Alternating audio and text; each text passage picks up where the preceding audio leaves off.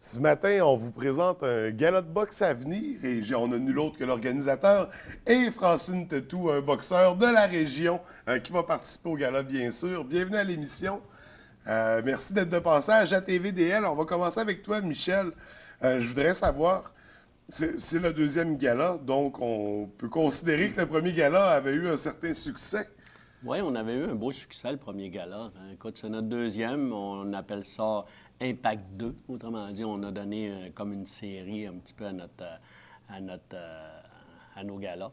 Le deuxième, on pouvait pas. D'abord, quand on a annoncé, moi, mon partenaire, David Grenon, qu'on créait Impact Sport Production, on a dit, écoute, on veut créer quelque chose dans la région pour vraiment faire de la boxe professionnelle, puis Ouais. donner un engouement, puis aussi aider à la carrière de Francis puis de ceux qui veulent venir.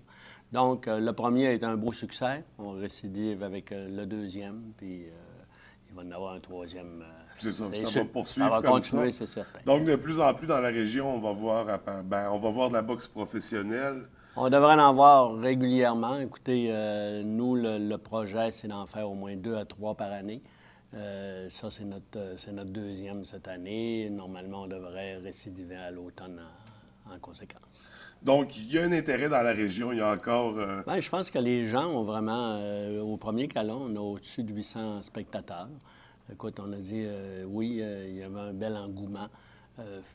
Puis, pourquoi pas? Tu sais, les gens, ils parlent de boxe. On a quand même de l'image de Buté, Jean-Pascal, ces choses-là. Ça fait que il y a quand même un engouement au Québec, au Canada. Mais là, ça s'en vient mondial avec le prochain gala, le 25 mai, qui s'en vient. Là. Je pense qu'au Saguenay-avec-Saint-Jean, il y a des bons spectateurs de boxe, des gens qui en veulent. On a Francis est en train de faire parler de lui sur la scène là, nationale, là, puis même ça va s'en venir plus loin que tantôt, parce que, écoute, on s'en va vers un 10-0, là.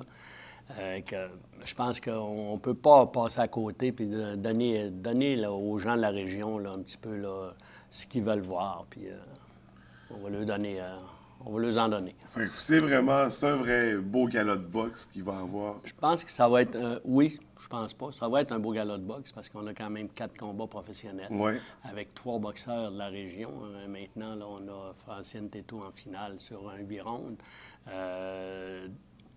Guillaume Coudé, qui est bien connu des gens, peut-être pas pour la boxe, il y a quand même 23 combats amateurs, sauf que sur la scène provinciale au hockey, c'est un joueur pour Sorel-Tracy, un des fiers à bras, puis il est très, très connu dans le domaine. Fait que je pense que les gens ont hâte de le voir dans le ring professionnel.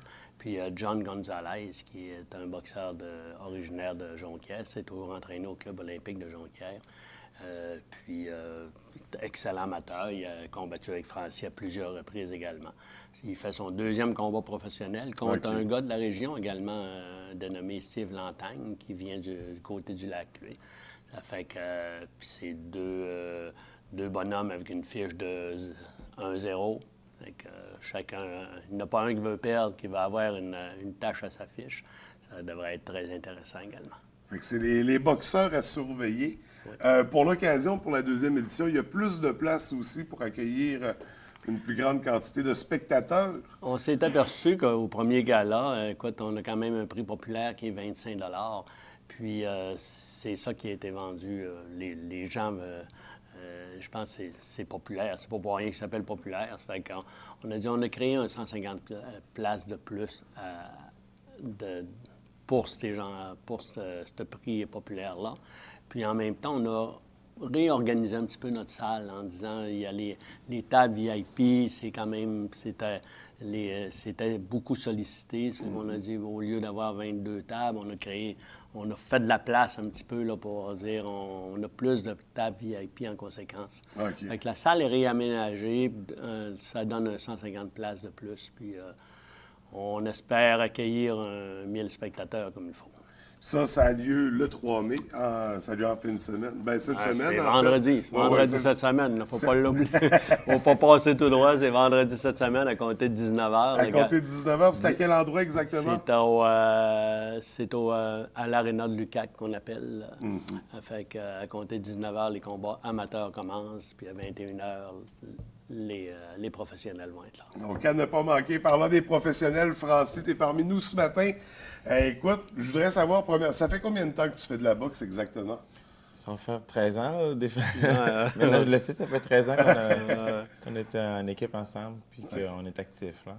Qu'est-ce qui t'a attiré vers ce sport-là? La piqûre a été à quel moment?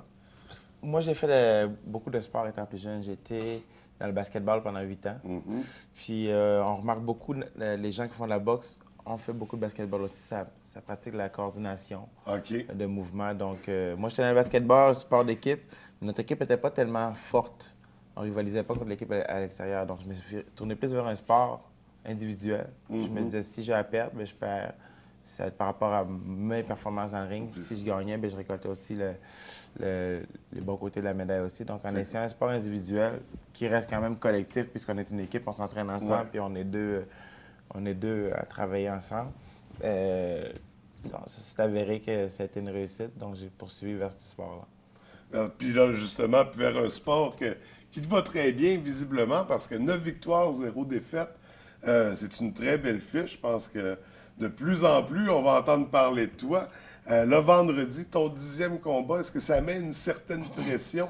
Je te dirais, quand on n'a pas connu la défaite, il y a toujours une pression, mais c'est une bonne pression. Donc, j'ai déjà connu la défaite chez les amateurs, j'ai fait mes expériences. C'est comme mon CV, si tu veux, chez les amateurs. Donc, maintenant, je suis professionnel, ça recommence à zéro. Puis, c'est clair qu'on ne veut pas attacher notre fiche. Fait qu'on continue à travailler en conséquence. On travaille très fort en salle. On essaie de ne pas négliger des fois des petites précisions. Combien on est en train de s'obstiner dans le ring là, sur un mouvement particulier. Je le vois aller d'une manière, il le voit à sa manière. Donc, comme c'est l'entraîneur, j'essaie toujours de rester ouvert d'esprit, puis écouter ce qu'il y a à dire aussi, puis essayer des choses. Fait que c'est comme ça qu'on avance. Puis comme tantôt il mentionnait, on a des bons galas. Je pense que la différence entre professionnel et amateur, c'est que maintenant, les amateurs viennent voir une précision. Là. Donc, il y a beaucoup... Il y a plus de précision, c'est un peu plus... Quand on dit professionnel, c'est que tu n'as pas droit à l'erreur, ou du moins, tu as moins droit à l'erreur. Donc, il y a beaucoup plus un bon niveau de boxe, moins d'erreurs. C'est comme je te dirais, c'est un jeu d'échecs où tu payes de tes erreurs, mais... Fait qu'il y a vraiment une stratégie. C'est un bon niveau, là. C'est un haut niveau de jeu d'échecs. Ça va être un match, une partie d'échecs intéressante. Ouais. À venir voir. Là, tu vas boxer contre le Mexicain. Puis là, je m'excuse de la prononciation. Jodiel Zepeda, c'est bien ça? C'est bien ça. Est-ce que tu le connais déjà? C'est une première rencontre entre toi et lui? Exactement. Une première rencontre, mais moi, je ne ferais pas l'erreur que Josh Charleston faisait. Si tu as la chance d'espionner ton ennemi, est-ce que tu vas le faire? Si j'ai la chance de l'espionner. Ben, je présume que oui. Bon, je fais la même chose. Tandis que tu as des boxeurs, c'est leur choix. Josh Charleston, il ne les regardait pas. Donc, moi, avec l'Internet aujourd'hui, on a toujours la chance de pouvoir visualiser comment ton boxeur, il se déplace, de quel côté il va, est-ce qu'il y a des faiblesses, est-ce qu'il tient une main plus basse que l'autre. Donc, j'ai eu la chance quand même de regarder sur Internet. Il a affronté deux compatriotes à moi, deuxième à moi, David Lemieux et Renan Saint-Just de Montréal, qui sont déjà de bon niveau, qui sont encore classés en avant de moi. Donc, Josiel Zepeda qui a accumulé une fiche de 12 victoires, dont 9 par KO. On le connaît avec une bonne force de frappe. Donc, j'ai pris le temps de le regarder. Il a une bonne carrure, ma grandeur, puis il n'y a pas l'air d'une personne qui sait se faire. Donc, ça peut juste rehausser mon niveau de jeu. Fait que oui, je l'ai espionné. Comme j'ai eu la chance, je l'ai étudié, j'ai regardé ça. Fait que la préparation à un combat, c'est pas juste l'entraînement, c'est étudier son adversaire aussi. Exact. J'imagine que tu as déjà pensé à une stratégie de combat, comment entrer dans sa défense, finalement. Exact. C'est beaucoup de visualisation. Tu sais, contrairement au hockey, je sens rien à le voir au hockey, lorsque tu as une bagarre qui arrive comme ça sur le qui-vive, rien n'est préparé, c'est différent quand tu sais qu'il y a une personne qui t'attend une telle date. Comme j'écrivais sur Facebook, la seule chose qui ne change pas, c'est la date de l'événement ne change pas, mais la clé change. Donc, moi, je peux me casser un bras aujourd'hui, je peux tomber malade. Auparavant, comme ça m'est déjà arrivé chez les amateurs, de prendre la gastro la journée de la compétition. Donc, je me concentre sur la question, je fais la visualisation, puis je sais que cette journée-là vient. Puis oui, ça m'arrive de me dire, OK, comment je vais débuter le combat? Est-ce que je vais commencer avec un jab? Est-ce que je vais commencer avec un coup en puissance? Est-ce que je vais le laisser rentrer, donner ses coups à lui pour voir un peu sa force? Donc, oui, il y a la visualisation qui se fait, mais je suis plus un gars de terrain quand même, je te dirais. Parce que la visualisation se fait de l'autre côté aussi. Lui aussi, forcément. va regarder des combats de toi sur Internet. Puis... Mais moi, j'ai jamais connu la défaite. Lui, il l'a connu. C'est quelque part dans sa tête. On va l'épuiser ça. Puis on disait, vous êtes tous les deux droitiers. Oui. Qu'est-ce que ça peut entraîner dans un combat que les deux soient droitiers? Je te dirais ce qui est. Corrige-moi si je me trompe, j'ai l'impression qu'il y a plus de droitiers que de gauchers dans le monde. Oui, ben, en tout cas, ou du Probablement, moins, hein? dans les gens qui m'entourent, oui. On mais va dans- plus. Bon, si on calcule dans le monde entier, peut-être pas, mais bon, dans le monde de la boxe, c'est un peu la même chose qui arrive. Donc, les droitiers sont habitués de boxer les uns contre les autres. Donc, moi, je suis habitué très bien aux droitiers. Puis les gauchers, ça vient différent puisque la main forte est toujours en arrière, puis la main la plus faible est en avant.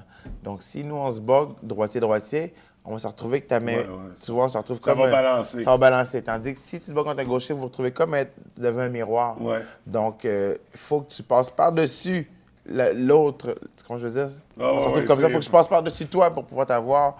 Donc, puis naturellement, les positions de pied, droitier-gaucher, le gaucher se retrouve toujours le pied avant à l'extérieur du droitier. Comme dans notre côté du pays, la toilette tourne vers la droite, bien forcément, le gaucher est toujours naturellement positionné pour être à l'extérieur, ce qui lui donne une plus courte distance pour atteindre avec la main arrière.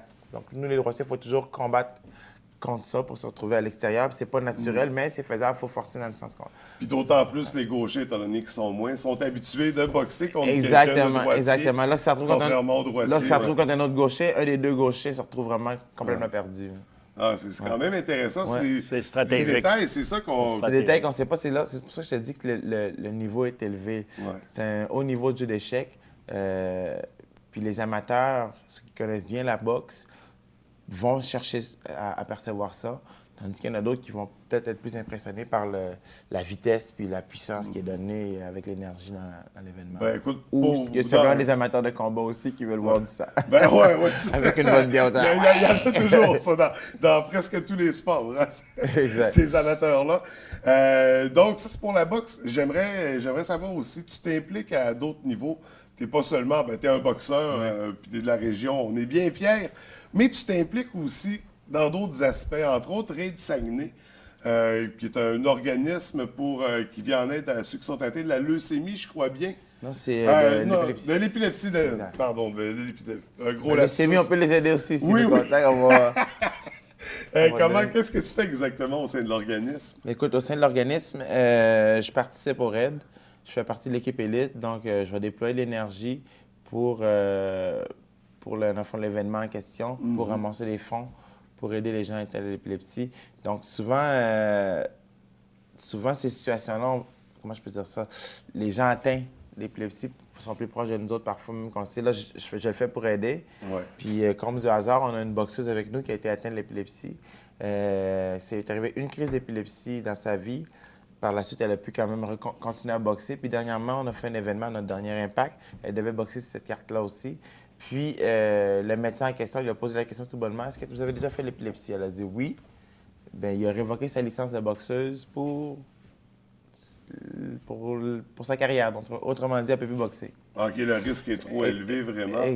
Mais pourtant, son risque était moindre. Mais bon, pour lui, le médecin, vous savez, d'un médecin à l'autre, ça peut être différent. Un peut dire que la dame a une masse cancérigène, l'autre va dire non. Donc, le médecin égale pas perfection. Ce médecin-là, pour lui, dans son livre à lui, elle ne devrait pas remettre les pieds sur le ring. C'est ce qui est arrivé, donc ça la touche quand même. Fait que... Pour ma part, ça me touche aussi, mais c'est pas juste pour elle. Je le faisais déjà à la base, mais ça peut nous toucher de plus proche qu'on peut le croire. Comme un autre exemple banal, le feu qui est arrivé, bien, c'est la sœur de ma blonde qui passe au feu. Donc, c'est souvent des petites situations comme ça qui nous touchent de près ou de loin. Donc, pour moi, déployer l'énergie pour les aider, ça me fait un grand plaisir. Comme je disais à ma copine, l'important, c'est que tout le monde est en santé, il n'y a personne de blessé. Hier, quand elle m'a appelé puis il y avait le feu, j'étais en babouche. Je me rendais là-bas puis je me sentais réduit parce que j'étais en babouche. Je me disais, je pourrais pas courir, rentrer en dedans, me sortir. Puis, j'avais pas mes espadrilles. Fait que quand je me suis rendu là-bas, il y avait déjà les secours qui étaient arrivés. Tout le monde était sain et sauf. Fait que pour moi, la pression est descendue, mais ma blonde ne comprenait pas que j'avais pas de peine comme ça. Je me disais, pour moi, ils sont en santé. Le reste, c'est du matériel. La quand même. priorité, c'est ça. Exactement. C'est nos proches. Écoute, je suis désolé pour l'événement C'est des choses qui arrivent. Oui, ben, je savais vraiment pas, donc... Maintenant, vraiment, tu sais. oui. Puis, c'est tout à ton honneur aussi, ton implication. Est-ce qu'il y a d'autres trucs comme ça, comme Raid du Saguenay? Il y a le Raid du Saguenay. J'ai participé auparavant à Centraide du Saguenay. J'ai donné une partie de ma bourse à une couple d'événements professionnels qu'on avait eus. Donc, comme je l'avais mentionné à Centraide du Saguenay, ils m'ont fait le tour de la ville, puis j'ai vu des gens pauvres dans la ville de Chicoutimi, chose que je croyais pas. Il y a des gens qui passent les verres par-dessus des égouts avec une couverture pour avoir de la chaleur. Fait qu'ils m'ont fait voir des choses que je pensais pas. Fait que moi, je leur ai dit, écoutez, ça me faisait plaisir de donner une partie de ma bourse parce que je me dis, moi, je souffre peut-être 30 minutes dans le ring. Je peux avoir un œil au beurre noir. Je suis déjà noir, de toute manière. Je peux avoir un œil au beurre noir qui va durer 1 mois, mais ma souffrance va passer, moi. Donc, les gens qui passent un hiver dehors, je pense qu'ils souffrent à plus long terme, fait que leur combat est pas mal plus dur que le mien. Fait que donner peut-être 500 ou 400 de ma bourse, pour moi, ça me faisait plaisir dans ce moment-là de les aider. Puis là, on s'est embarqué dans... La Fondation Maurice Tanguay. Exact. À Québec, il a sollicité Francis pour une démonstration de boxe, en fin de compte. Fait qu'on va aller faire... Il va aller faire une petite démonstration de boxe à Québec le 18 mai prochain. C'est un groupe de gens d'affaires. Ils vont être 3000, je pense, c'est aux Galeries de la Capitale. Mais c'est vraiment la Fondation Maurice Tanguay. Fait que, pour Francis, encore, dans la même journée, il y a déjà un autre événement. Je me suis rendu compte de ça. On s'est rendu compte. On me dit... qu'on va repartir en vitesse dans l'après-midi. On va aller Michel me dit, moi, je prends les engagements, ça me fait plaisir. Puis, tu sais, je prends les engagements, je me dis, je vais me libérer cette journée-là. Peu importe ce qui arrive, je la prends l'engagement parce que je me dis, je vais me libérer, c'est moi qui est en contrôle de ce que je fais. Congé de travail ou congé d'entraînement, je vais me libérer. Fait que là, Michel, il me dit, fait que là, Francis, c'est fait. On a pris l'engagement, on part le 18. Je dis, le 18? Attends un peu, voir. Je regarde dans mon calendrier, le 18, on a le Raid du Saguenay. Fait que là, je regarde l'autre événement, le 18 aussi. OK, là, c'est les heures. Fait qu'on va aller faire le Raid du Saguenay, après ça, on prend l'auto, on part à Québec, puis on s'en va faire l'autre événement. Mais c'est le fun, écoute, c'est vraiment intéressant de voir cette implication-là. D'autant plus que, personnellement, je connais pas beaucoup de boxeurs qui s'investissent autant dans la communauté, qui donnent autant de leur temps puis de leurs énergies comme ça.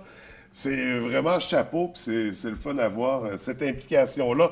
Raison de plus pour aller te voir boxer vendredi, d'aller t'encourager, puis d'aller, c'est ça, constater tes talents de boxeur en se croisant les doigts pour une 10e victoire, 0 défaite. C'est une très belle fiche. On a fait notre devoir. Oui, puis pour en revenir, donc, c'est ça, 3 mai, c'est...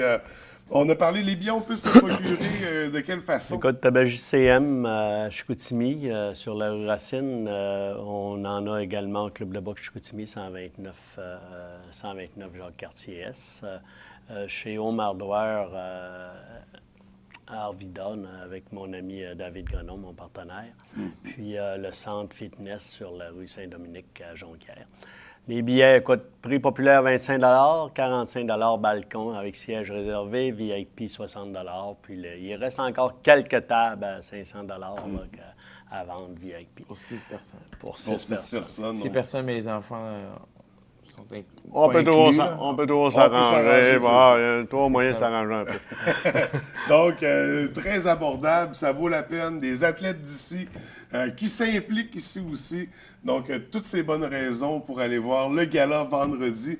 Écoutez, les gars, merci beaucoup de nous avoir accordé ce temps-là à notre émission. On vous souhaite un bon gala, un bon combat. Merci. Puis, au plaisir de vous rencontrer à nouveau pour un prochain combat. On va savoir. Pour la 11e victoire. On va remettre ça, vous allez voir. Pour la 11e victoire. Merci beaucoup. Merci.